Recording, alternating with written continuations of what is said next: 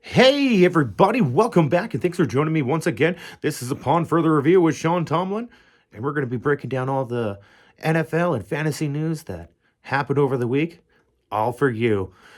We're going to be starting off with going through all the information about all the games that happened last week, looking ahead to the games next week, and going through all the news and events that happened in the league over the week. And in our second half of the show, we're going to be going through fantasy football news.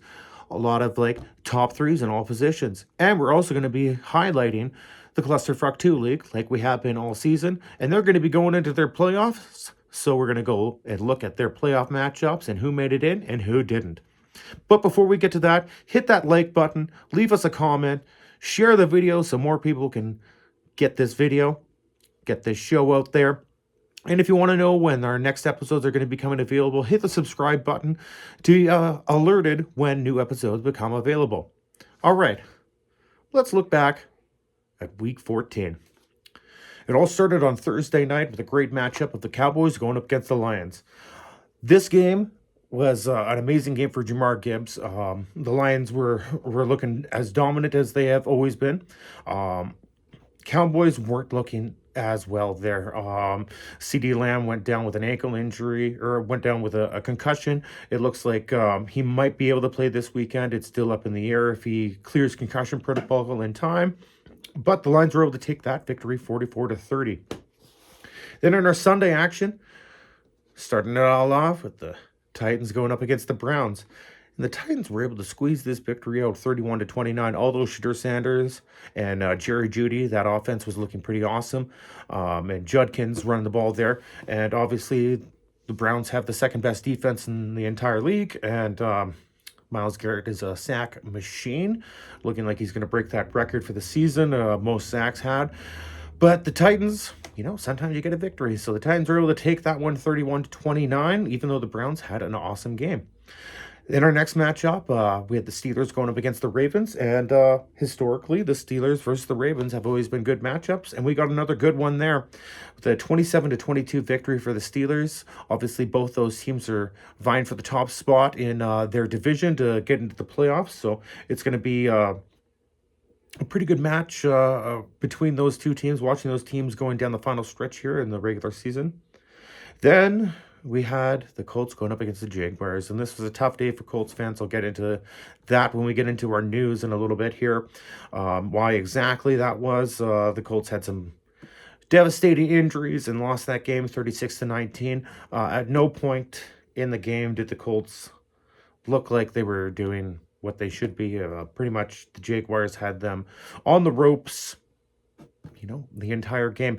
It should be noted that the Colts haven't won in Jacksonville in, I think it was about 9 seasons. So, we weren't able to get it done against the Jaguars, but with those injuries, it's next man up type mentality going on here. So we'll see what happens there. The news about them is going to be interesting. So I'll leave all those little spoilers to when we get into the Colts in the news section there. In our next matchup, we had the Vikings just blanking the Commanders 31-0. This has been the Vikings all year long. One week they look like absolute garbage, and the next week they look like the best team in the NFL. So they were able to get that done with a 31-0 victory. A really awesome match for the week in the finals for match of the week was the Bengals versus the Bills, 39-34. It was a snowy day in Buffalo, and the Bills were able to have an awesome day. Josh Allen put the Bills Mafia machine in motion and got that victory.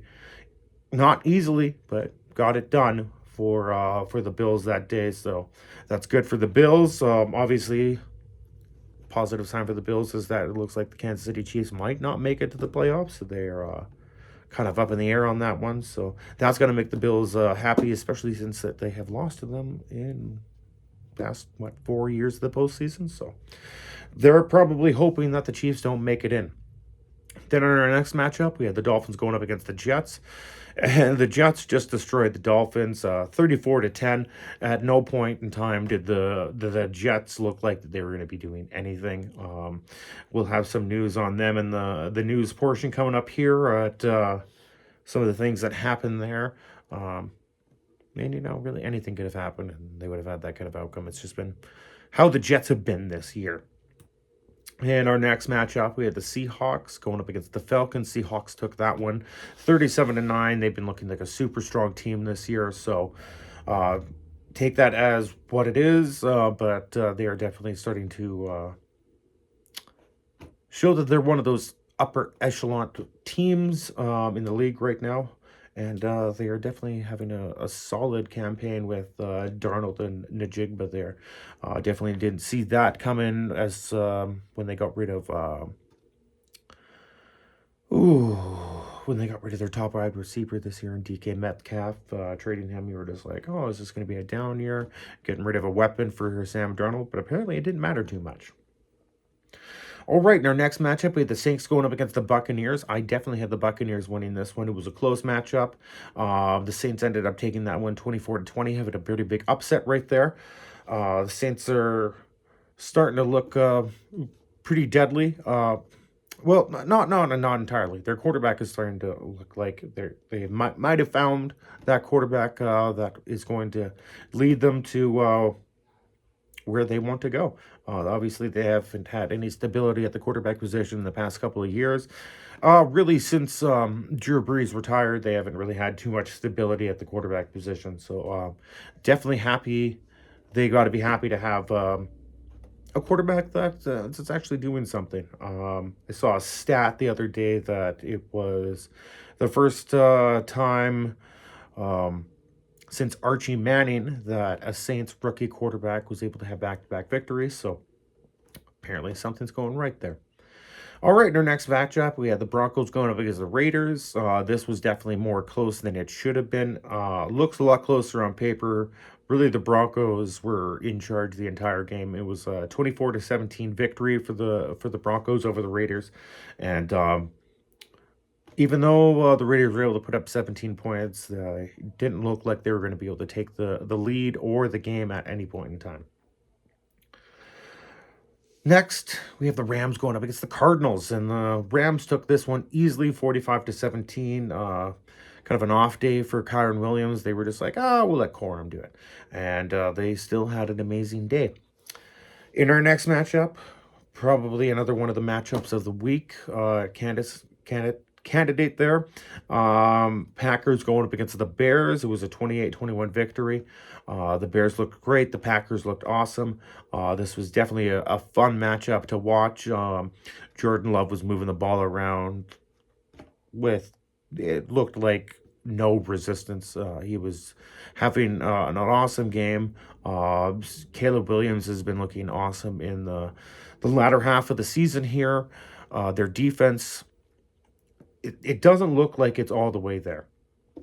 Giving up some big plays, miscommunications, things like that. They just don't look like they're 100% there. So Bears have a great record this year and looks like they're going to be going into the playoffs. But this might be a building year, definitely more than what they expected. So Packers took that victory 28-21. I think we're going to see both those teams in the playoff, like I was saying. So two teams definitely to look out for. It was an awesome matchup. Then at our Sunday night football matchup, we had the Texans going up against the Chiefs. And the Texans were able to destroy the Chiefs. Or not destroy the Chiefs, but shut them down 20-10. In that retrospect, it's shutting down and destroying the Chiefs because they were only put up 10 points. And, they're been to the Super Bowl quite a few times in the past 5 years. And they've gotten quite a few Super Bowl victories. So especially Patrick Mahomes only being able to put up 10 points with the plethora of talent that he has around him was definitely not what they wanted to see that day. Then our slate of football ended on Monday night. An overtime victory for the Chargers, 22-19 over the Eagles. Been like this for the past couple of weeks. Eagles have kind of been up and down, not the greatest. People have been like, "Oh, don't worry, they'll get back on their feet. They're a good team. They'll get back on their feet. They're a good team." And now they're not faltering. They're still probably going to be in the playoffs. I wouldn't see why they wouldn't be, but they're definitely not playing at the full the best that they have looked. This is definitely not the best that they've looked, especially with Jalen Hurts the other night. He had a horrible night for fantasy, horrible night for actual football. So definitely was surprised to see that victory for the Chargers there. Great game to watch, another candidate for game of the week. Out of those matchups, I would have to probably say the Packers versus the Bears was, or the Bills versus the Bengals actually was probably the best matchup of the weekend. And if you got a chance to watch that game, you were in for a treat. All right, so let's look ahead to what's going to be happening next week, and I'll give you my picks on each game that's going to be happening. Thursday night football is going to be the Falcons versus the Buccaneers in NFC South showdown. This one, I'm taking the Buccaneers to take this victory.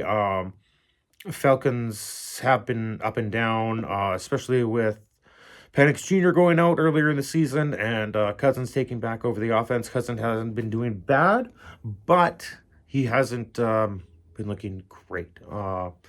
He's found his favorite target in Kyle Pitts quite often over the past few games, but even though the Buccaneers did lose their game last week in another NFC South matchup against the Saints, I see the Buccaneers righting this ship and taking this victory, especially because they have a few guys that are coming back off of IR, which we'll get into in news in just a minute here. All right, and then our Sunday slate's going to start with the Jets at the Jaguars. Definitely taking the Jaguars to win in this one.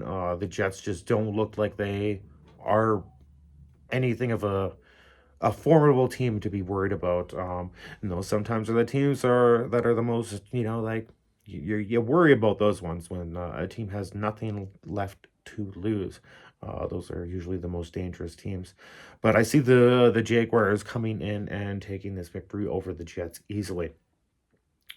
Then we've got the Bills going up against the Patriots.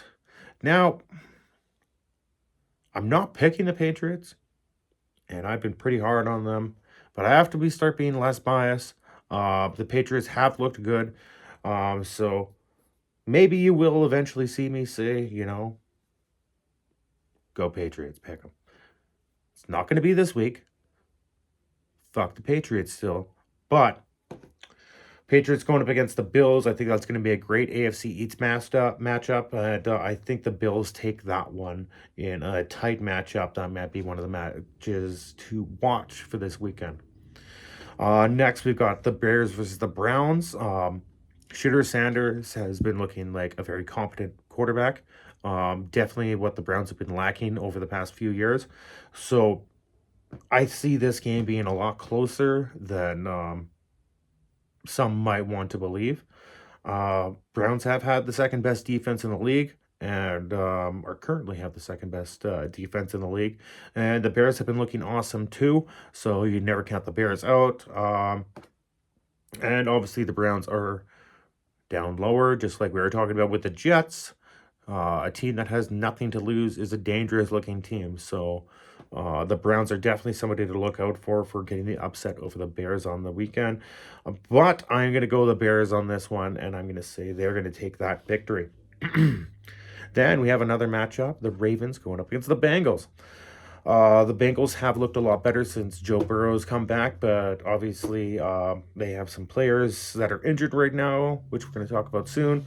And I just see the Ravens taking this on. I don't think the Bengals are going to be able to stop them on the run, especially against Derrick Henry. In our next matchup, we got the Cardinals and the Texans. The Texans defense has been looking amazing the past little while. Cardinals not looking a lot like anything. So I see the Texans taking that one easily. Next matchup, we got the Commanders going up against the Giants. Commanders, dropped an egg last week in their matchup. I'm going to say the Giants are going to take this victory and push the Commanders down a little bit more on the standings.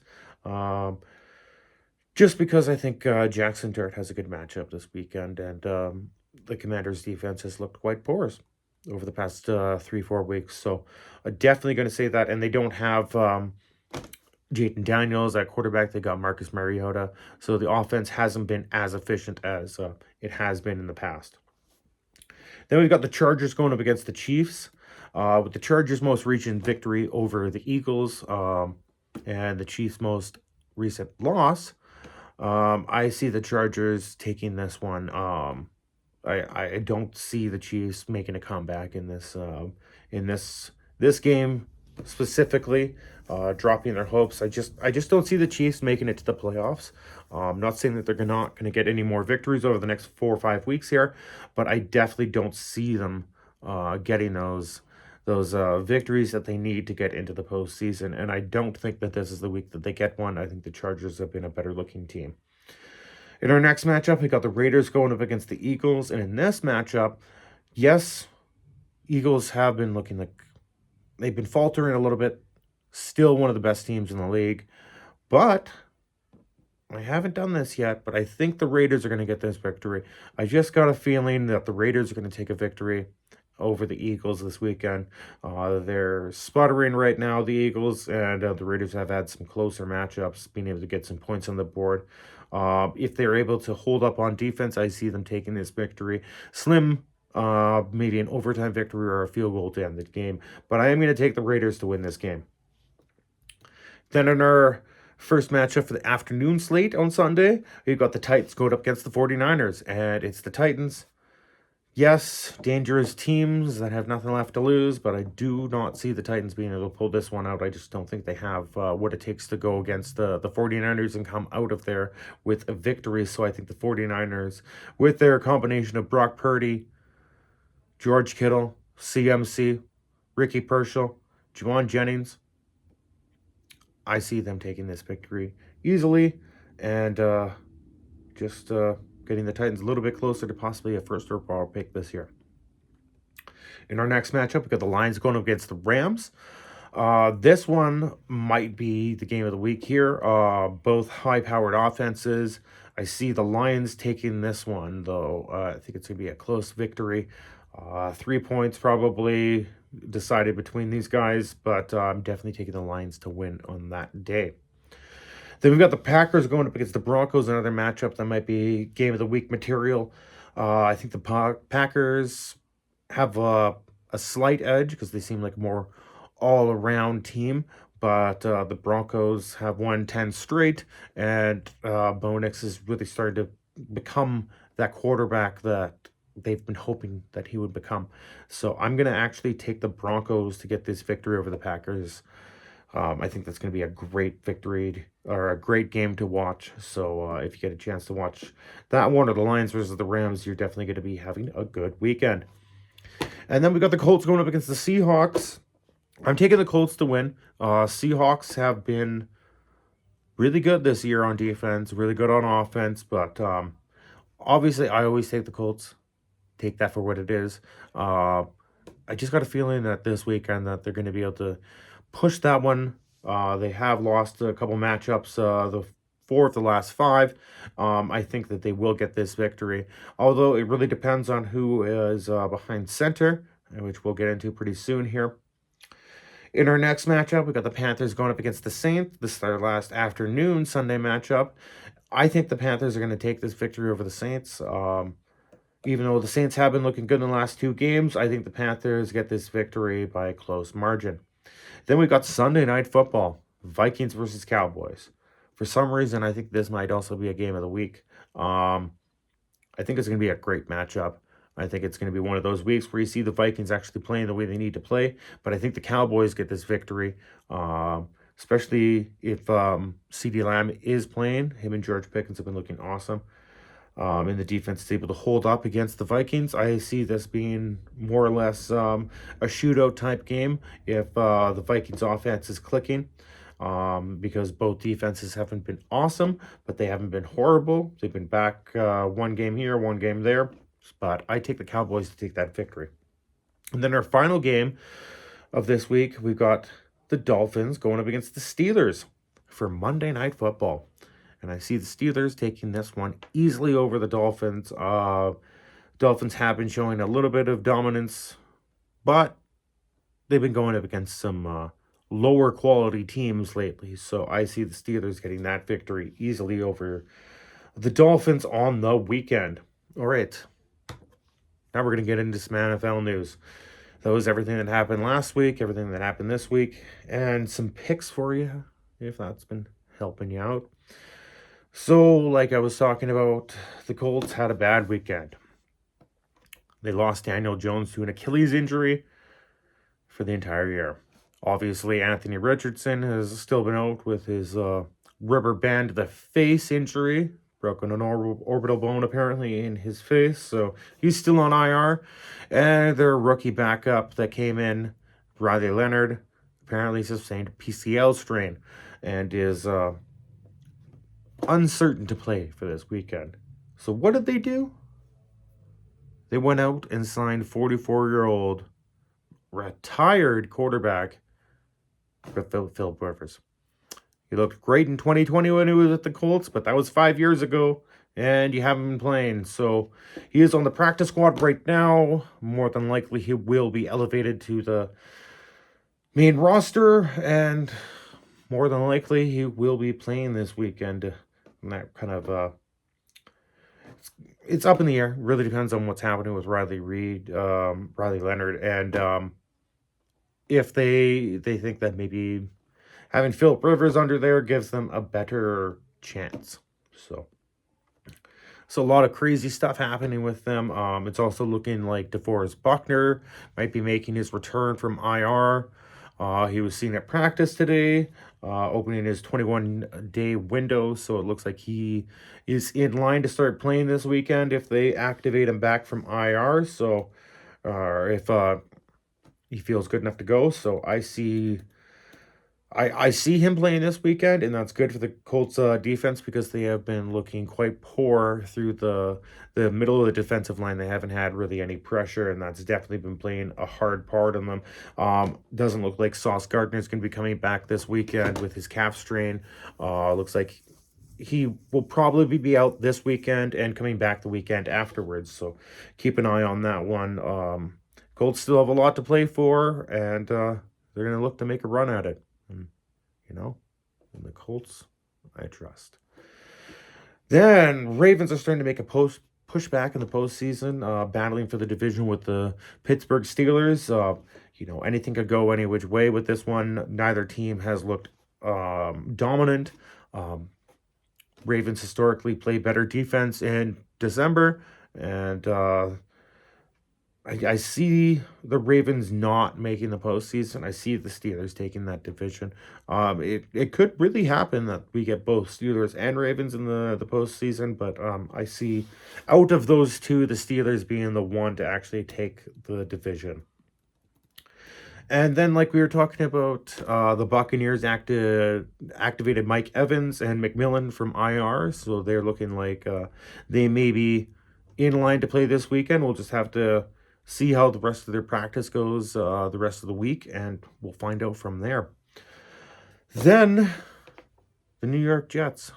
Why did they have such a bad game? Well, they're the New York Jets. But it doesn't help when Justin Fields is out. Then you lose Tyrod Taylor, and you have to go to undrafted UFL MVP Cook. He's taking reps with the first team this week. He came in and filled in last week. And it's up and down if he's going to be actually starting or not. It really depends on what happens with Fields or Taylor, if their injuries improve enough for them to be able to play. But if not, Cook getting first team reps, at least he'll be familiar with the offense, and we'll see what they have there. Maybe it's a surprise thing that's the quarterback that they've been looking for all these years. For the Cardinals, they placed running back Benson on IR, season-ending injury. Still dealing with that knee injury, and it did not get any better. So he is looking like he is done for the year. Jalen Hurts had a little bit of a type of injury. I wasn't 100% sure. I didn't quite see exactly what was going on with that, but Sirianni is more than confident saying that Hurts is going to be playing this weekend. So that's good news for the Eagles going up against the Raiders, but obviously I did say earlier I think the Raiders are going to win that matchup. Travis Kelce obviously is frustrated with the way things are going. seeming to say that they can't find any of the right answers going on right now, and it looks like they might be missing the playoffs the first time in the last few seasons, past 4 or 5 years here. And you know, they do have a lot of great options. They have got a lot of great weapons. I mean, and obviously they've been a dominant team, having Super Bowls over the past few years. But I don't see them making the playoffs this year, especially the way that that team has looked. They definitely have been missing a step. So I would not be shocked if the Chiefs get eliminated from the playoffs in the next week or two here. Shooter Sanders is looking like he's in full control of the Browns' offense, and with the Browns having the second best defense in the league, even though they are quite out of contention, although they're not mathematically eliminated, they are basically aforementionedly out of the playoffs. But he's looking like the quarterback that they should have taken a lot earlier on. They got a steal for him in the fifth. Um, Definitely looking like he is a competent NFL quarterback. So, Shooter Sanders showing everybody that passed on him in the draft that they were wrong to pass on him. Kyler Murray is being shelved for the season, and it's kind of up in the air right now, but it looks like they may be parting ways with him in that after the season. So we might see Kyler Murray in different colors for the first time next season. Not like the Cards are the greatest team. A lot of the time, like we saw this with Daniel Jones, Juan Barkley, you get to a team that's actually a competent team, and they're able to show you why they were drafted so highly and so thought about. Uh, Higgins for the Cincinnati Bengals is in concussion protocol, so his status for this weekend's game on Sunday is up in the air. Keep an eye on that. If he's able to clear concussion protocol, he'll obviously be in line to start, but it is not looking good for him right now. Trey Henderson, also the Bengals, was shut down after having season-ending hip surgery. Definitely a big blow for the Bengals defense. Did not see that one necessarily happening. Thought he was going to be coming back, but apparently not. The Bucks signed Pierre Paul. You know, the three-fingered wizard is back in the NFL and looks like he wants to keep on playing. So the Bucks signed him to help shore up their defense, and we'll see what he's got left in the tank. And for the Browns, Jerome Ford is out for the season. Undisclosed injury. They did not get too much into that. They put him on IR, and he seems to be done for the year. Alrighty, guys. That was everything for the NFL news. We're going to be getting over into our fantasy portion of the episode now. And why don't we just start with the top threes? Let's get into that right away. For quarterback, we had Josh Allen leading the way, followed by Shedeur Sanders and Joe Burrow. Quarter of those guys were looking awesome this weekend, so if you had them in your fantasy lineup, you probably got a victory. Same with these guys at running backs. If you had Jahmyr Gibbs, Tony Pollard, or Mr. Corum, you probably had a pretty good afternoon, and maybe you got into the fantasy football playoffs. So, then Mike Wilson for the Cardinals have been looking good the past few weeks. He led the way with the wide receivers, followed by Nakua and then Flournoy. He obviously got a lot of work with CeeDee Lamb being out. Really depends on what's going to be happening with him this weekend. If CeeDee Lamb is out, that's definitely somebody that you're going to want to try and grab. For our tight ends, Vannon, Gesicki, and Knox filled out those three.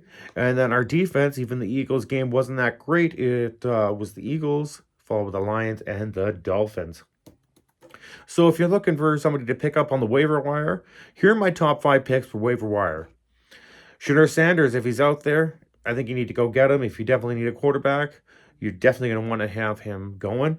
Right, I think he's going to be somebody you're going to want to get just in case anything were to happen with Achane. If you need to have him, even with Achane in the lineup, Wright has been producing big numbers, so definitely go out and pick him. Mike Evans, obviously coming off of IR, if he's playing this weekend, or if he's not playing this weekend and he's playing the weekend after, either way, go pick him up, stash him, start him if he ends up playing. Uh, in the case of CD Lamb, if he's not playing, you're going to have Flournoy. So definitely go out and pick him up, stash him if you need to. If there's any reason that anything would happen with CD Lamb, you're definitely going to want to have this guy when the fantasy playoffs come along. And the Bears defense, they have been looking formidable over the past few weeks. So I'm going to say you're going to want to pick up the Bears defense if you are looking for a defense this week. All right. We're going to go next to my perfect lineup pickup. This week, I'm going to say you want to start quarterback Matthew Stafford. You're going to want to start Christian McCaffrey and Jerome Gibbs. Puka Nacua and Devontae Adams. Get those guys together with Stafford if you can. George Kittle, I think he's going to have a great day as well. Smith Najigma for your flex. And then the San Francisco 49ers defense going up against the Tennessee Titans. So if you have any of those guys or all of them, and if you do, holy crap, get those guys into your lineup because I think they're going to be able to help you out a lot this weekend. All right, let's go and look at the Clusterfuck 2 League. A lot of things have been happening. It was week 14 last weekend, and it finalized everything for the playoffs. We're now into the playoffs of the Fantasy Football League of Clusterfuck 2. So last weekend, notably, two matchups that we were looking at the closest because it was between Bianca's team, HN and the Membrane, and Nathan's team, Don't Be a Kyron, to get into the playoffs. And things worked in Bianca's favor, although neither one of those teams were able to get a victory. Bianca took the spot with the points differential. That's how we decided things this season. So Bianca was in, Nathan was out.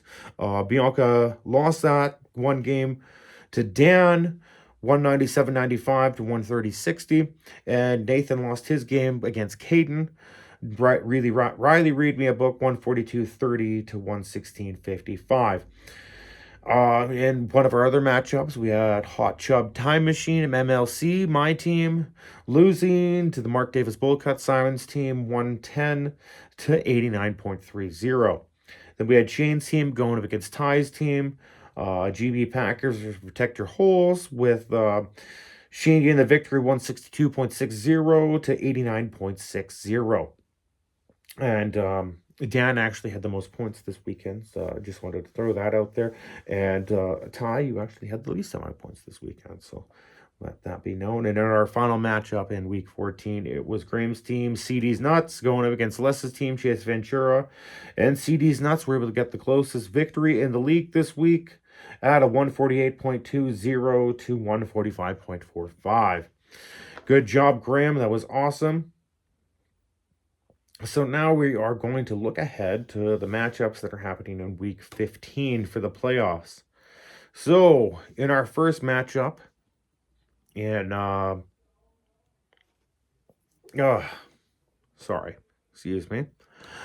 first matchup in the Happy Gilmore division, is the matchup we're going to be looking up at first. So how things are going in the playoffs. If you're the division you're in this league, if you're in the Happy Gilmore division, you only play people in your Happy Gilmore division. And if you're in the Shooter McGavin division, you only play people in the Shooter Gavin division until the championship final. So what happened is, Dan, you're going to be going up against Shane. So it's going to be Pass the Dutch versus the GB Packers in the first matchup in the Shooter McGavin division. And our second matchup will be the Mark Davis, or this is the Happy Gilmore division. Our next matchup is going to be Simon's team, the Mark Davis Bull Cup, going against Graham's team, CD's Nuts. So that's going to be both really good matchups going in there. Winners obviously go on to face each other.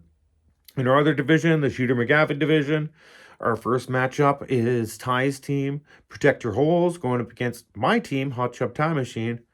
So, anything can happen there. Obviously, I'm taking myself to get the victory.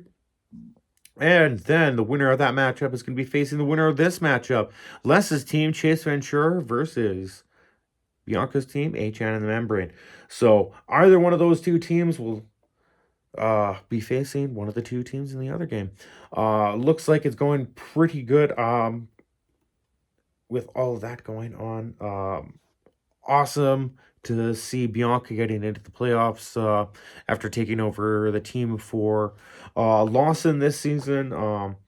Obviously, turned that team around, was able to make it into a playoff team, even though you barely squeaked in, you got in there. Uh, Ty is going to be having a tough matchup against me. That's how I see it. You never really know. Bianco's got a tough matchup against Les's team. Les's team has been looking good all year long. Uh, Simon and Graham are going to have a good matchup, a good rivalry going on there. I don't want to pick anybody. I don't want to try and say anything like that, but I think that's going to be a good matchup. And then Dan, our reigning champion from last year, you're going to be starting off your title defense against Shane. So it's a lot of good matchups going on in the league. Obviously, after this week, we will be down from 8-4. Thanks for joining me once again, everybody. It's been awesome bringing this show to you every week. And if you come back next week, I'll break down everything you need to know.